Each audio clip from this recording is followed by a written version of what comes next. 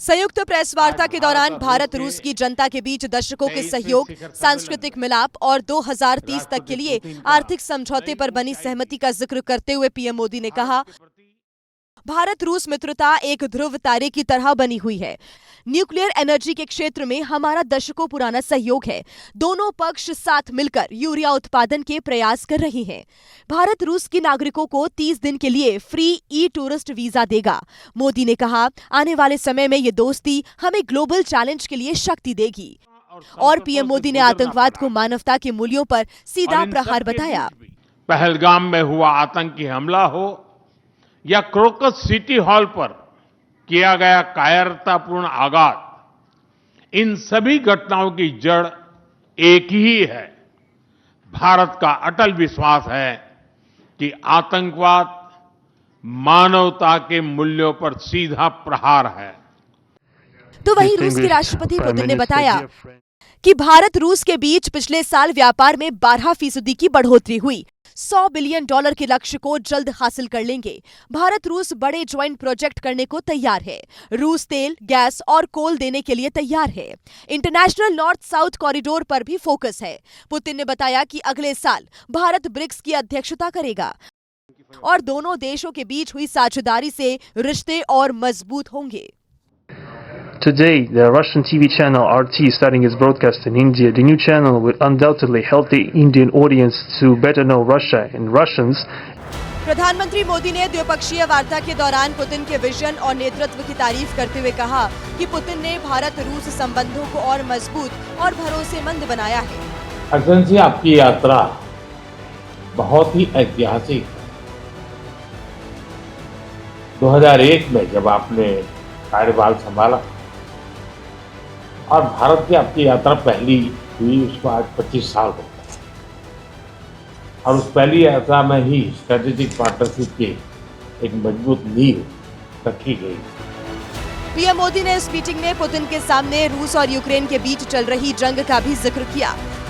और आपको मैंने अनेक बार इस विषय की चर्चा भी की है और विश्व समक्ष भी मैंने रखा है कि विश्व का कल्याण शांति के मार्ग पर ही है। इस मीटिंग के जरिए पीएम मोदी ने एक बार फिर दुनिया को यह संदेश दिया कि भारत न्यूट्रल नहीं है। पिछले दिनों विश्व समुदाय के सभी नेताओं से जब भी मेरी बात और उन्होंने जब विस्तार से मेरी चर्चा की, मैंने हमेशा कहा है कि भारत न्यूट्रल नहीं है। भारत का पक्ष है और वो पक्ष शांति का है। हम शांति के हर प्रयासों का समर्थन करते हैं। सुबह करीब 11 बजे रूसी प्रेसिडेंट का काफिला राष्ट्रपति भवन पहुंचा, जहां पर राष्ट्रपति द्रौपदी मुर्मू के साथ पीएम मोदी भी मौजूद थे। राष्ट्रपति भवन में प्रेसिडेंट पुतिन का एक बार फिर गर्मजोशी से वेलकम हुआ। राष्ट्रपति भवन में पुतिन को 21 तोपों की सलामी दी गई।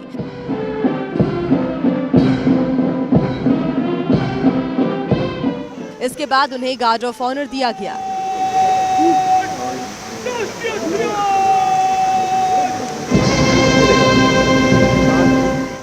फॉरकोट में आयोजित औपचारिक समारोह में पुतिन ने तीनों सेनाओं की परेड का निरीक्षण किया। फिर पुतिन राष्ट्रपिता महात्मा गांधी को श्रद्धांजलि देने राजघाट पहुंचे। सुरक्षा कर्मियों के घेरे में पुतिन बापू की समाधि स्थल पहुंचे। उन्होंने महात्मा गांधी की समाधि पर पुष्प अर्पित कर उन्हें श्रद्धांजलि दी। पुष्पांजलि के बाद पुतिन ने गेस्ट बुक में संदेश लिखकर हस्ताक्षर किए और बापू को महान बताया और वहां से द्विपक्षीय वार्ता के लिए हैदराबाद हाउस रवाना हो गए। पीएम नरेंद्र मोदी ने प्रधानमंत्री आवास में राष्ट्रपति पुतिन का दिल खोलकर स्वागत किया। पीएम आवास में भी दोनों के बीच की केमिस्ट्री देखने को मिली। यहाँ पीएम मोदी ने पुतिन के सम्मान में प्राइवेट डिनर रखा था और इसी दौरान मोदी ने पुतिन को रूसी भाषा में लिखी श्रीमद् भगवद गीता की प्रति भेंट की और इस तस्वीर को शेयर करते हुए पीएम मोदी ने एक्स पर लिखा, राष्ट्रपति पुतिन को रूसी भाषा में गीता की एक कॉपी दी। गीता की शिक्षाएं दुनिया भर के लाखों लोगों को प्रेरणा देती हैं। सूत्रों के मुताबिक पीएम मोदी और पुतिन के बीच महत्वपूर्ण मुद्दों पर 2.5 घंटे अकेले में बात हुई। एक और पीएम मोदी ने अपने अंदाज में पुतिन का ग्रैंड वेलकम किया, तो वहीं उनके संसदीय क्षेत्र काशी में गंगा आरती को पुतिन के स्वागत में समर्पित किया गया। काशी के घाटों पर वेलकम पुतिन लिखा गया था, जिसे देखने के लिए बड़ी संख्या में लोग उमड़े थे। इस दौरान भारत और रूस के रिश्तों की मजबूती के लिए प्रार्थना की गई। रूस की किताबों की दुकानों में पुतिन के कैलेंडर भरे पड़े हैं। नए साल के तोहफे के रूप में राष्ट्रपति व्लादिमीर पुतिन की तस्वीरों वाले कैलेंडर की बिक्री बढ़ गई है।